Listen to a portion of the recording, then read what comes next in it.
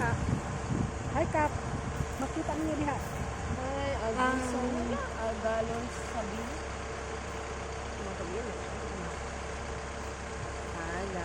Hi guys, niami karon sa pineapple plantation diri sa Ormoc City. Mao ni ang